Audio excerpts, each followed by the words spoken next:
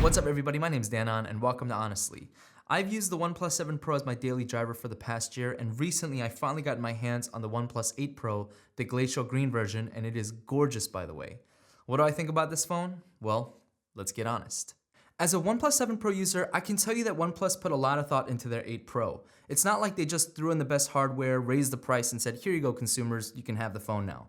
Instead, they made a lot of little tweaks that reviewers aren't talking about that just make this phone so much better and nicer to use.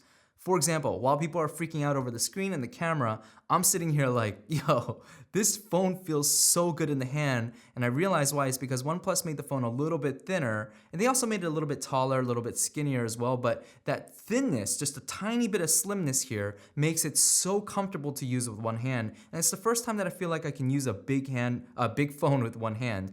You still have to do some climbing to get to the top, but it's really not that bad. And on the 7 Pro, it was kind of plagued with palm rejection and ghost touch issues, but because the phone is a little bit skinnier, I've rarely run into issues with that, even though they've kept the edge, the rounded edge on the sides. OnePlus also made a couple other adjustments, little tweaks, like for example, the vibration slider, they made it smaller. That means your thumb has more control over it, because I found on the old version, because it was so big, I would always slide it to the silent mode and miss all my notifications. Now you have a little bit more precise control. And on top of that, they made the top speaker a little bit louder. Speaker quality wise, it's the same, but the top speaker is a little bit louder. So now there's a much more balanced sound coming out of the phone. They did make one tweak that annoys me so much, and it's the location of the fingerprint sensor. Every other phone, including the 7 Pro, has the fingerprint sensor near the bottom of the phone. But for some reason, the 8 Pro and the S20 Ultra have the fingerprint sensor like 1.5 inches from the bottom, which is so different than all the other phones I've used for the past 13 years. I don't get why they would do that. To me, it's these small tweaks that really increase my user experience of the phone that makes me respect OnePlus so much as a brand, because even though the tweaks seem small, I would imagine it's costing OnePlus buku bucks, because if you're gonna change the chassis size, that means you have to R&D a whole new design for the interior. On top of that, something like the switch might seem like a small thing, but by doing that, you can't just use the old parts and save money. You have to resource and whatever you have to do to change up all the sliders here. On top of that, you brought up a new colorware as well, so again, that's additional money. You take all that and then you add the big flagship hardware level stuff like the camera, the screen, the wireless charger, and you do all that for less than the competition, and now you've got my attention, and now you've got my respect.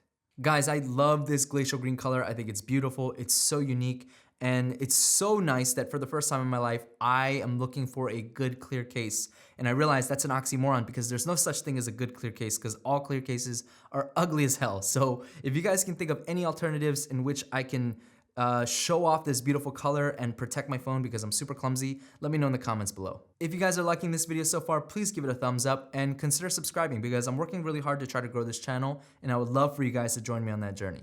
So now to the big changes. OnePlus has decided to get rid of the pop-up camera, which is a really cool, really quirky feature, and has opted to use the hole punch camera like every other phone. And while I'm sad that the all-screen display is gone, what I get in turn and what we get in turn is a ridiculously fast front-facing camera unlock feature. Like if you thought that the front unlock, face unlock was fast before, now we're talking about like Dominic Toretto Fast and the Furious fast. It's so fast that a lot of times you won't even see the lock screen. It'll just go straight to the desktop or home screen.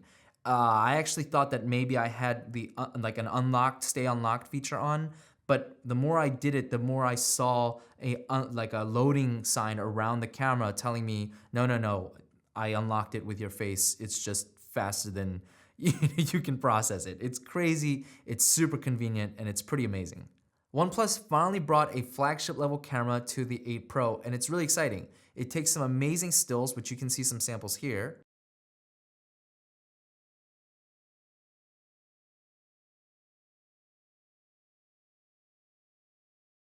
But this is actually one of the major cons of this phone, at least as of right now. Their video modes are all messed up. If you try to take anything at 4K, First of all, you're gonna get stuttering in that footage. At the beginning, I noticed that there's lag, and on top of that, sometimes, and it's really random when it happens, it will stutter in the middle of the video as well. It doesn't matter if you're at 4K 30 or 60, it will lag. On top of that, what makes it even crazier is that if you were to try to trim that footage in post, like using your phone, you're gonna get dropped frames for some reason. Like frames will just disappear from that footage. I don't notice this at all at the 1080 modes, but the 4K modes right now are basically unusable for this phone. And from what I've read on the line, from online, it's definitely a software thing. So OnePlus really needs to get their act together and fix that camera, because right now video at 4K is totally unusable. For some of you guys, that's okay because you're like, I don't use 4K. But for those who do, for those who are kind of like, look, I paid $900, $1,000 for a flagship phone, give me flagship level video. OnePlus, you gotta get your act together. It was the same reason why I hated on Samsung Galaxy S20 Ultra. For $1,400, you can't afford focusing issues. That's an unusable camera to me, in my opinion. You gotta fix this OnePlus. You gotta fix it soon. Let me know in the comments below if you guys still plan on doing the Gcam hack, even with the upgraded camera. And let me know your guys' favorite profiles, because I wanna do a fun camera comparison in the near future here. OnePlus put the best screen of any smartphone out there on the 8 Pro. It's only matched by the Galaxy S20 Ultra, which costs $1,400, which is pretty insane. And you can see my full review of the S20 Ultra here. But this screen is actually better than the S20 Ultras because at the highest resolution, I think at QHD+, you can get 120 Hz refresh rate, whereas on the S20 Ultra, you can only do 90 Hz at that high resolution. Does that make a big difference in real life use though? Kind of, a little bit if you're actually looking for it, but if you're not really paying attention, you won't notice it.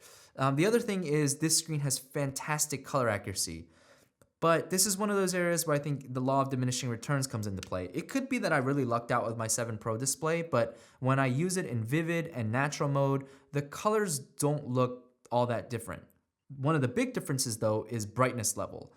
This phone, the 8 Pro, gets super duper bright, and it's awesome because summer is right around the corner here in Philly, and you're not gonna have any issues seeing this thing at the brightest sunlight levels. Oh, and in case you guys are wondering, I haven't had any color shifts on my phone. No green tints, no red tints, no black crushing. My screen has been flawless. I keep my screen at 100% brightness just to flex on every other screen out there, but also because the battery can handle it.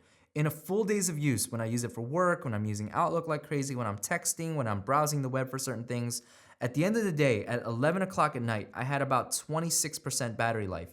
One night I was watching The Last Dance, the Michael Jordan documentary, which is really awesome. You guys should check it out. And that night I finished at about 17%. So definitely can't go for more than a day. But if you're worried about that, well, OnePlus has you covered, because now OnePlus offers you wireless charging up to 30 watts. And if you don't know what that means it'll charge just as fast as if you were to plug it in using their Warp charger. And that is insane. You can have 50% battery in 20 minutes wirelessly. The only problem is that it's gonna cost you $70 because you can only do it with their proprietary charger. It has a fixed wall outlet, which means that it's not detachable with USB like everything else. So it's not as flexible or convenient. And I can't show it to you guys because it is constantly sold out. So it kind of sucks.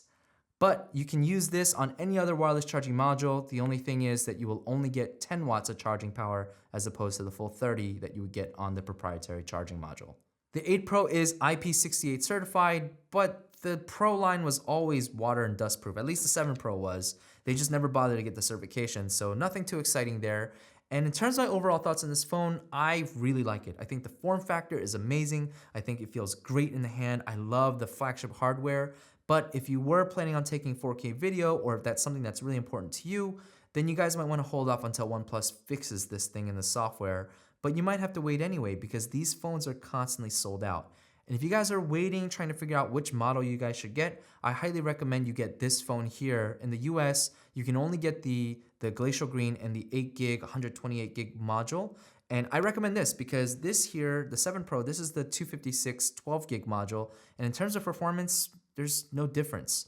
On top of that, if you guys do need more storage, you can always get Google Cloud Drive. It costs $30 for 200 gigs of storage versus paying $100 for 120 gigs, but that assumes you guys have good Wi-Fi.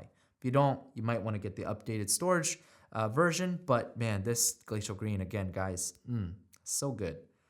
All right, everybody, that's gonna do it for this video. If you guys like this video, please give it a thumbs up. Also, would you consider subscribing? I'd love for you guys to join the entourage. And until next time, everybody, stay honest.